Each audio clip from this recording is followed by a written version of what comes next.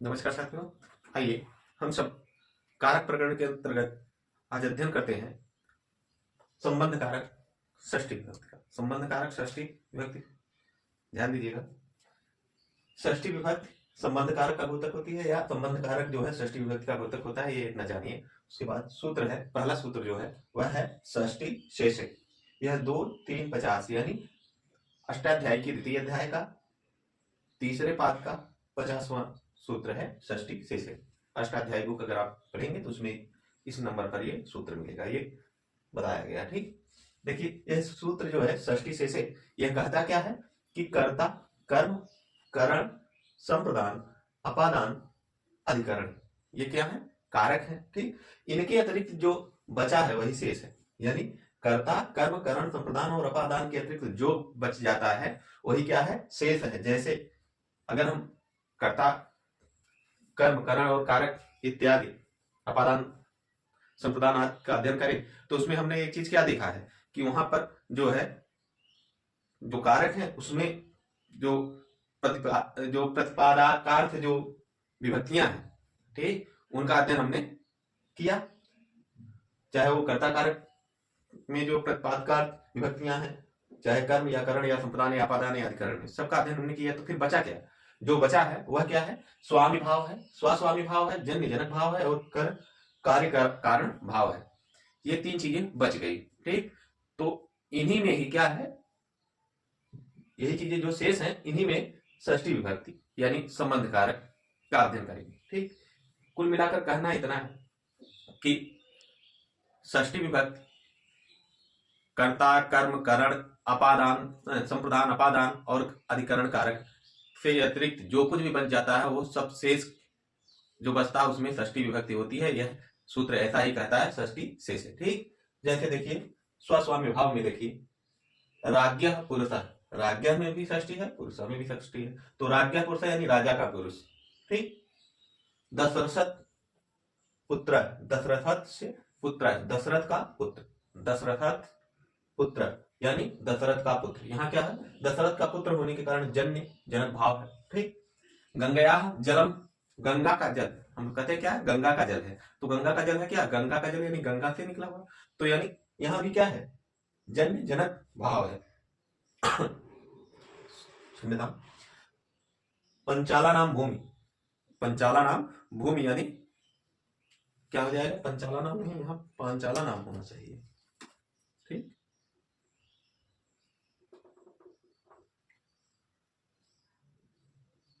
हाँ, पांचाला नाम भूमि, पांचालों की भूमि क्या होगा? पांचाला नाम भूमि यानी पांचालों की भूमि। ये पांचालों की भूमि क्या है? यानी उस भूमि पर अधिकार किसका है? पांचालों का। तो यहाँ क्या है? स्वस्वामी भाव है। ठीक, देखिए इससे आप स्पष्ट हो गए होंगे कि राज्ञ पुरुष हुआ या दशरथ से पुत्र हुआ, गंगा या जलम हुआ या पांचाला नाम भूमि, ये सब क्या है? ये सब षष्ठी विभक्ति संबंध कारक के उदाहरण है। और अगर इनमें पूछे कि राज्ञ पुरुष में कौन सी विभक्ति है, षष्ठी विभक्ति है, किस सूत्र से राज्ञ पुरुष जो है किसका उदाहरण है, तो आप बताएंगे षष्ठी शेष का। ठीक, अगला जो सूत्र है वह क्या है? षष्ठी हेतु प्रयोगे, षष्ठी हेतु प्रयोगे। यह कहता है कि ये 2, 3, 36 यानी 2 अष्टाध्यायी की द्वितीय अध्याय के तृतीय पाद का 36वां सूत्र है। यह कहता है कि हेतुता प्रकट करने, किसी व्यक्ति की या किसी वस्तु की हेतुता प्रकट करने के लिए तथा हेतु शब्द का साक्षात प्रयोग होने पर हेतुता प्रकट की जाए या जो है हेतु शब्द साक्षात उस वाक्य में हो। ठीक, दोनों में कारण तथा हेतु, दोनों यानी कि कारण तथा हेतु दोनों शब्द में क्या होगी? षष्ठी विभक्ति होगी। उदाहरण देखिए आप समझ जाएंगे। जैसे अगर हम उदाहरण की बात करें तो उदाहरण है आपका छात्र, छात्र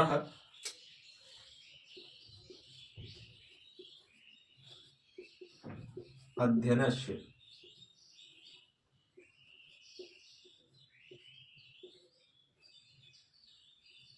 छात्र अध्ययनस्य हेतु क्या होगा? छात्र अध्ययनस्य हेतु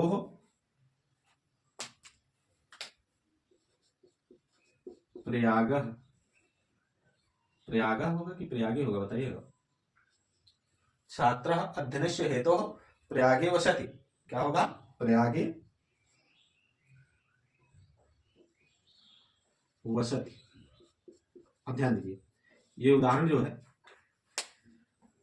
अध्ययनस्य हेतु, यहां भी देखिए अध्ययनस्य में क्या षष्ठी विभक्ति है, हेतु में भी षष्ठी। ठीक, कारण क्या है? देखिए षष्ठी हेतु प्रयोग क्या कहता है? हेतुता प्रकट करने के तथा हेतु शब्द का साक्षात प्रयोग होने पर कारण तथा हेतु दोनों में षष्ठी विभक्ति। देखिए कारण क्या है? छात्र प्रयाग में छात्र प्रयागे वसति, अगर हम इतना कहें तो छात्र प्रयाग में निवास करता है। किस कारण से निवास करता है? अध्ययनस्य, अध्ययन के लिए। अध्ययन से हेतु शब्द, क्योंकि हेतु शब्द का क्या है?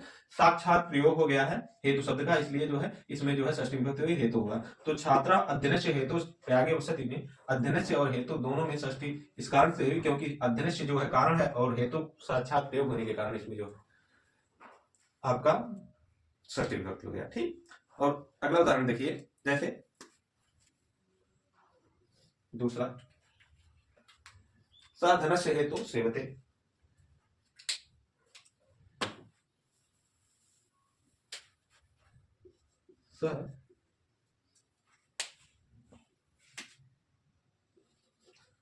धनस्य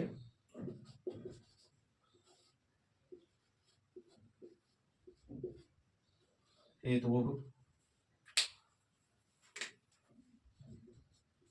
सेवते, सह धनस्य हेतु सेवते। वह धन के लिए क्या करता है? देखिए सह, वह धनस्य, धनस्य में षष्ठी विभक्ति हेतु के योग में होने के कारण यहाँ हेतु में भी षष्ठी विभक्ति साक्षात प्रयोग होने के कारण सह धनस्य हेतु सेवते, वह धन के लिए क्या करता है? सेवा करता है। सह अन्य से हेतु वसति, वह अन्य के लिए बसता है, या फिर वह घर के लिए क्या करती है? घर के लिए प्रयास करती है। यतते सह या सा या सुमना गृह से हेतु यतते कह सकते हैं। ठीक, तो धनस्य हेतु सेवते या छात्र अध्ययन हेतु प्रयागे वसति, ये दो प्रमुख उदाहरण समझ लीजिए। बाकी इसी तरीके से अन्य उदाहरण भी आपको आएंगे। देखिए छात्र प्रयाग में निवास करता है, ये वाक्य है, किस कारण से निवास करता है? अध्ययन के लिए। तो अध्ययन क्या हो गया? यहाँ कारण हो गया। ठीक, अध्ययन क्या हो गया? कारण हो गया। और हेतु शब्द का साक्षात प्रयोग होने के कारण भी षष्ठी जो है हेतु में लग गई। ठीक, यही दूसरे में जो है, दूसरे उदाहरण में आपका वह धनुष्य में षष्ठी है, वह सेवा करता है किस लिए? धन के लिए। धन के लिए सेवा करता है, हेतु शब्द का साक्षात प्रयोग होने के कारण यहाँ पर हेतु में जो है षष्ठी विभक्ति हो गई। ठीक, अगला जो है तस्य च वर्तमाने, तस् एक सूत्र है, प्रत्यय आप है तब प्रत्यय, तस्य च वर्तमाने ऐसा सूत्र है। ठीक, इसको आप एक बार स्क्रीनशॉट वगैरह ले लीजिए। फिर देखिए अगला जो सूत्र है वह है कि तच वर्तमाने, तच वर्तमाने, यह 2-3-67 यानी अष्टाध्याय के द्वितीय अध्याय के तृतीय पाद का 67वां सूत्र है। यह कहता है कि वर्तमान अर्थ में होने वाले त प्रत्यय, वर्तमान, ध्यान से सुनिएगा, वर्तमान अर्थ में होने वाले त प्रत्ययांत जो शब्द हैं उनके योग में षष्ठी विभक्ति होती है। यानी जिन शब्दों के अंत में ता लगा हुआ हो, ता प्रत्यय लगा हुआ हो और वो वर्तमान समय का बोध करा रहे हो। जैसे राज्ञाम पूजितः विद्वान, राज्ञाम पूजितः विद्वान में अगर हम कहेंगे तो क्या कहेंगे? वह विद्वान जो राजाओं के द्वारा जो है पूजा जाता है, वह विद्वान जो राजाओं के द्वारा पूजा जाता हो, ऐसे विद्वान को हम क्या कहेंगे? राज्ञाम पूजितः विद्वान। ठीक, सर्वेशाम आदृतः गुरु, ऐसा गुरु जो सभी के द्वारा क्या हो? आदर किया जाता हो, यानी सभी के द्वारा आदर किया जाने वाला गुरु। ठीक, सर्वेशाम आदृतः गुरु, इसीलिए यहाँ जो है सर्वेशाम में षष्ठी विभक्ति। ठीक, अगला सूत्र जो है वह षष्ठी चा अनादरे है। यह 2-3-38 यानी अष्टाध्याय के द्वितीय अध्याय के तृतीय पाद का 18वां सूत्र है। यह कहता है कि अनादर अर्थ, ये सूत्र महत्वपूर्ण है, यहाँ से बच्चों बहुत पूछे जाते हैं। ठीक, अनादर अर्थ प्रकट करने के लिए क्या हो? अनादर का अर्थ प्रकट करने के लिए षष्ठी और सप्तमी दोनों विभक्तियों का प्रयोग होता है। जैसे देखिए बालका नाम चंदना श्रेष्ठ, यहाँ देखिए बालका नाम में षष्ठी है। ठीक, चंदना षष्ठी, दुष्ट माने दुष्ट, बालका नाम में क्या है? बालकों में चंदन क्या है? दुष्ट है। में पर क्या हो जाएगा? सप्तमी। ठीक, खगा नाम कागा, काका धूर्त, पक्षियों में कौन धूर्त है? कौवा धूर्त है। ठीक उसी प्रकार पशु नाम श्रृंगाला मूर्ख है। पशुओं में क्या है? श्रृंगाल, यानी जिसे हम सियार कहते हैं आम बोलचाल की भाषा में, ठीक, गांव में। तो पशुओं में क्या है? श्रृंगाल मूर्ख है। और रुदति पुत्रे सह प्रव्राजित, रोते हुए पुत्र को छोड़कर, रोते हुए पुत्र को, सह माने वह, प्रव्राजित वह संन्यास ले लिया, यानी रोते हुए पुत्र को छोड़कर वह क्या कर लिया? संन्यास ग्रहण कर लिया। तो देखिए यहाँ पर आपको जो है सप्तमी षष्ठी दोनों विभक्तियां दिख रही हैं, ठीक। तो षष्ठी च अनादरे कहता भी है कि अनादर अर्थ प्रकट करने के लिए षष्ठी और सप्तमी दोनों विभक्तियों का प्रयोग होता है, यानी षष्ठी भी लगी रह सकती है, सप्तमी भी, ठीक। तो षष्ठी में अगर ऐसा कहीं जो है आवे जहां अनादर अर्थ प्रकट हो, तो आप समझिए कि वहां क्या है? षष्ठी विभक्ति है या सप्तमी विभक्ति, दोनों में से एक जरूर रहेंगे, ठीक, या दोनों रहेंगे। क्योंकि षष्ठी च अनादरी सूत्र कहता ही है कि जो है अनादर अर्थ प्रकट करने के लिए षष्ठी और सप्तमी दोनों विभक्तियों का प्रयोग होता है। ये कुछ महत्वपूर्ण सूत्र रहे षष्ठी विभक्ति के, अब षष्ठी विभक्ति संबंध कारक के। इसके बाद हम सब अध्ययन करेंगे जो है सप्तमी विभक्ति अधिकरण कारक का, और तत्पश्चात जो है फिर अन्य बिंदुओं पर चर्चा की जाएगी, फिर प्रत्यय इत्यादि। ठीक, मिलते हैं अगली वीडियो में, तब तक के लिए नमस्कार।